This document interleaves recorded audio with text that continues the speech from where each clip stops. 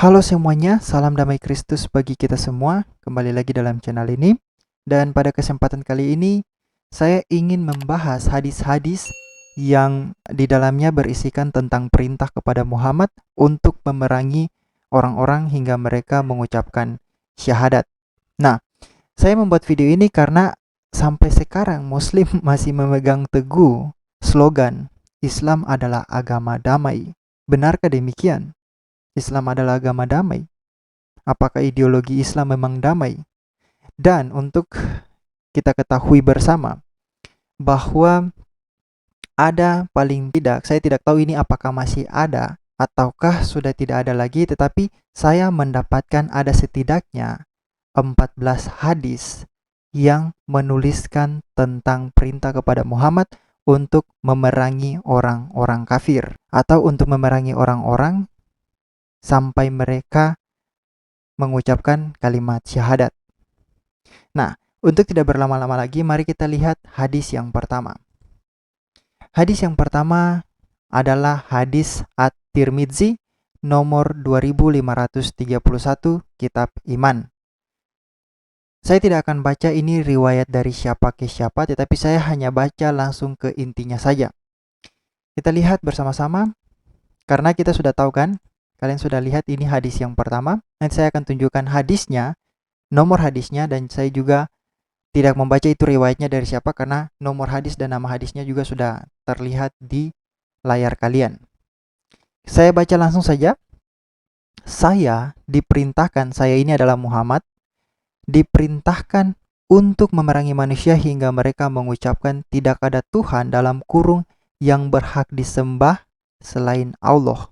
Apabila mereka mengucapkannya, maka mereka telah menghalangiku dalam kurung untuk menumpahkan darah dan dalam kurung merampas harta mereka, kecuali dengan haknya. Sedangkan dalam kurung apabila mereka menyembunyikan kekafiran dan kemaksiatan, maka Allah lah yang menghisap mereka. Dan dalam bab tersebut dalam kurung juga diriwayatkan dari Jabir dan Abu Sa'id dan Ibnu Umar dan seterusnya. Itu hadis yang pertama. Kita lanjut kepada hadis yang kedua, yaitu hadis Sunan Ibnu Majah nomor 70, Kitab Mukadimah. Aku diperintahkan untuk memerangi manusia hingga mereka bersaksi bahwa tidak ada Tuhan selain Allah dan aku adalah utusan Allah, melaksanakan salat dan menunaikan zakat. Itu hadis yang kedua. Lanjut kepada hadis yang ketiga. Hadis Sunan Ibnu Majah nomor 71, Kitab Mukadimah. Aku diperintahkan untuk memerangi manusia hingga mereka bersaksi bahwa tidak ada Tuhan yang berhak untuk disembah kecuali Allah dan sesungguhnya aku adalah utusan Allah menegakkan salat dan menunaikan zakat. Kita lanjut kepada hadis yang keempat. Hadis Sunan Ibnu Majah, masih di Ibnu Majah, nomor 3917, Kitab Fitnah. Menahan diri dari orang yang mengucapkan la ilaha illallah. Aku diperintahkan untuk memerangi manusia sampai mereka mengucapkan la ilaha illallah. Jika mereka telah mengucapkannya, maka telah terjaga dariku darah dan harta mereka kecuali dengan haknya, dan hisab mereka hanya ditentukan oleh Allah Azza wa Jalla. Kita lanjut lagi kepada hadis yang kelima, hadis Sunan Ibnu Majah nomor 3918, masih kitab yang sama. Aku diperintahkan untuk memerangi manusia sehingga mereka mengucapkan la ilaha illallah. Jika mereka telah mengucapkan la ilaha illallah, maka telah terjaga dariku darah dan harta mereka kecuali haknya, dan hisab mereka atas Allah. Kita lanjut lagi kepada hadis yang kelima sekarang. Hadis Ibnu Majah nomor 3919. Masih kitab yang sama, Kitab Fitnah. Kami pernah duduk di sisi Nabi. Beliau bercerita kepada kami dan memberikan pelajaran kepada kami. Tiba-tiba datanglah seorang laki-laki yang mengintainya. Lalu Nabi bersabda, tangkaplah ia dan bunuhlah. Wow, belum tahu perihalnya apa, tetapi langsung disuruh tangkap dan disuruh membunuh. Lanjut, ketika orang tersebut hendak melarikan diri, Rasulullah memanggilnya dan bertanya, apakah kamu telah bersaksi tidak ada Tuhan yang berhak disembah selain Allah? Dia menjawab, ya. Beliau bersabda, pergilah kalian dan lepaskanlah ia, sebab aku telah diperintahkan untuk memerangi manusia sampai mereka mengucapkan la ilaha illallah.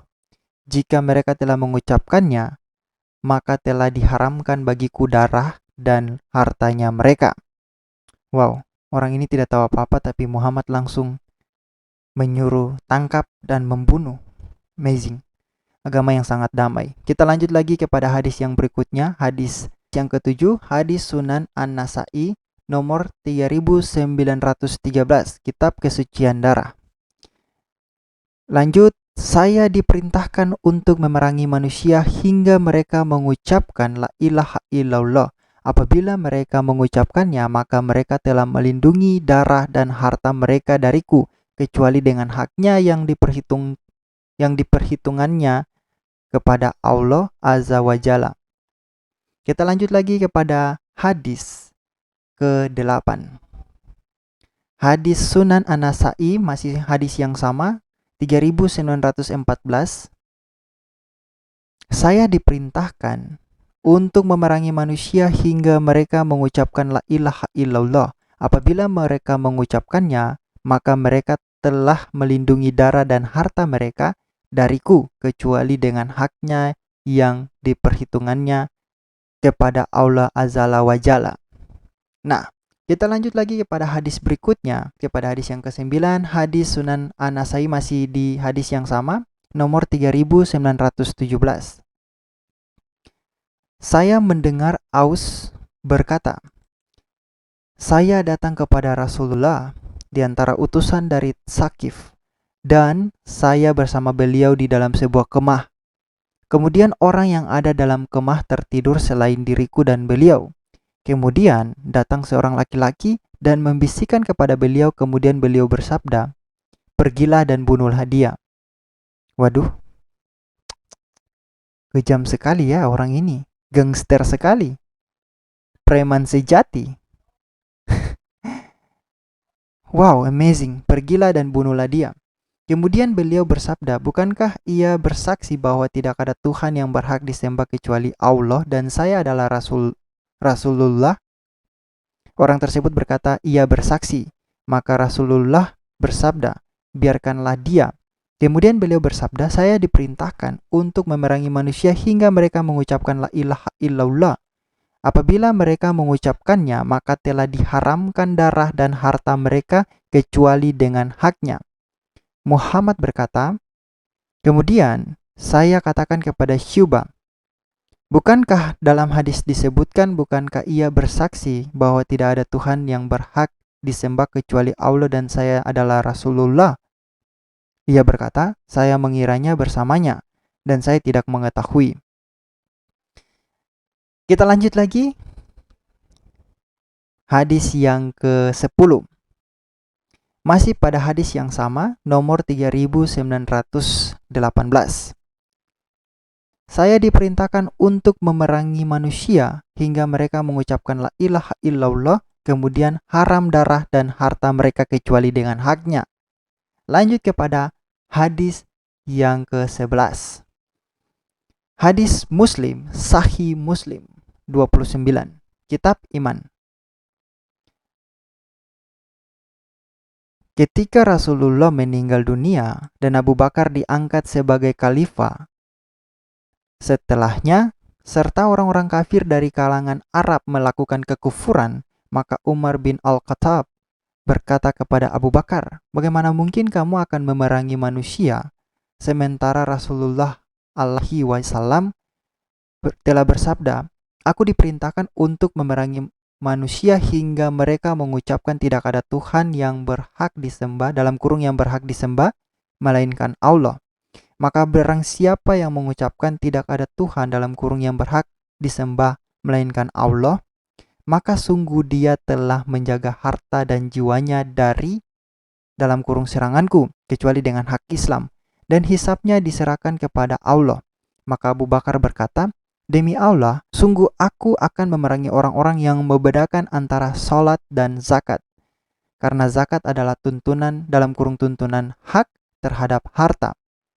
Demi Allah, kalau mereka menghalangiku karena keengganan mereka sedangkan mereka pernah membayarnya kepada Rasulullah, aku tetap akan memerangi mereka karena keengganan mereka. Maka Umar bin Al-Khattab berkata, demi Allah, tidaklah dia melainkan bahwa aku melihat Allah telah melapangkan dada Abu Bakar untuk memerangi dalam kurung mereka, lalu aku mengetahui bahwa ia adalah kebenaran. Oke, kita lanjut kepada hadis berikutnya. Hadis yang ke-12. Perintah untuk memerangi manusia, hadis Sahih Muslim nomor 30.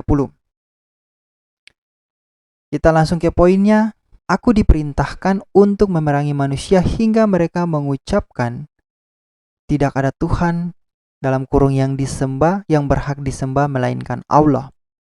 Maka barang siapa yang mengucapkan tidak ada Tuhan dalam kurung yang berhak disembah melainkan Allah, maka sungguh dia telah menjaga harta dan jiwanya dari dalam kurung seranganku, kecuali dengan hak Islam dan hisapnya diserahkan kepada Allah. Kita lanjut kepada hadis yang ke-13. Sahih Al-Bukhari 1312. Kitab Zakat. Ingat ini sahih ya. Setelah Rasulullah wafat yang kemudian Abu Bakar menjadi khalifah, maka beberapa orang Arab ada yang kembali menjadi kafir dengan enggan menunaikan zakat.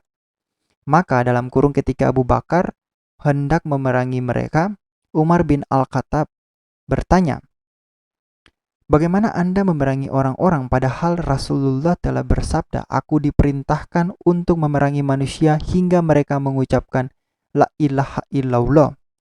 Maka barang siapa telah mengucapkannya berarti terlindunglah dariku darah dan hartanya, kecuali dengan haknya sedangkan perhitungannya ada pada Allah. Maka Abu Bakar Asy-Siddiq berkata, demi Allah, aku pasti akan memerangi siapa yang memisahkan antara kewajiban salat dan zakat, karena zakat adalah hak harta. Demi Allah, seandainya mereka enggan membayarkan anak kambing yang dahulu mereka menyerahkannya kepada Rasulullah, pasti akan aku perangi mereka disebabkan keengganan itu. Berkata Umar bin Al-Khattab, demi Allah, ketegasan dia ini tidak lain selain Allah telah membukakan hati Abu Bakar Asy-Siddiq dan aku menyadari bahwa dia memang benar.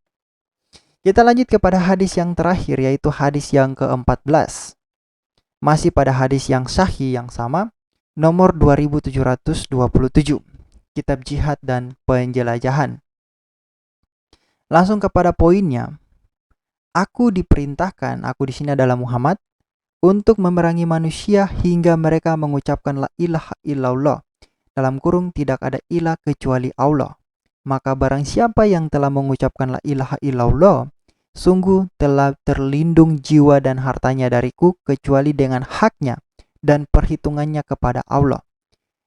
Jadi, kita di sini sudah lihat ada paling tidak 14 hadis yang menggambarkan kekejaman Islam, menggambarkan kebejatan Muhammad dalam menyerang, dalam menyebarkan ajaran Islam. Jadi ketika Muslim mengutip ayat Al-Quran dengan sebutan agamaku, agamaku, dan agamamu, agamamu, maka itu sebenarnya mereka sedang menunjukkan bahwa Allah Subhanahu wa Ta'ala dengan nabinya adalah orang-orang yang saling berkontradiksi dengan dirinya sendiri, dan mereka benar-benar orang yang paling munafik. Itu konsekuensi ketika Muslim mengatakan bahwa Islam adalah agama damai. Ketika Muslim mengatakan bahwa agama bagiku agamaku, bagimu agamamu, itu bentuk dari kemunafikan. Sedangkan mereka mengatakan bahwa mereka harus mengikuti teladan Muhammad. Silakan mengikuti teladan Muhammad yang ini. Dan ini 14 hadis. Dan semua hadis ini dijamin sahih karena juga dikutip oleh hadis-hadis yang lain. Dikutip dari hadis sahih, dimasukkan kepada hadis-hadis yang lain. Jadi tidak ada hadis yang doif di sini ya. 14 hadis menunjukkan kekejaman Islam, menunjukkan bahwa Islam bukanlah agama damai. Oke, saya tidak perlu mengatakan secara tertutup karena dengan 14 hadis yang sudah saya tunjukkan kepada kalian itu sudah sangat membuktikan bahwa ajaran Islam bukanlah ajaran agama yang damai. Karena agama yang damai tidak pernah memerintahkan orang untuk membunuh orang lain dan memaksakan mereka masuk kepada agama itu. Tidak sama sekali. Jadi untuk saudara-saudaraku muslim, silakan pikirkan apakah kalian masih mau berada di dalam agama yang menjerumuskanmu ke dalam kejahatan, ataukah kalian ingin keluar dan membebaskan dirimu dari kejahatan itu. Silakan pikirkan dan saya berdoa semoga kalian dapat membuka hati untuk kebenaran. Kita jumpa di video berikutnya. Tuhan Yesus memberkati.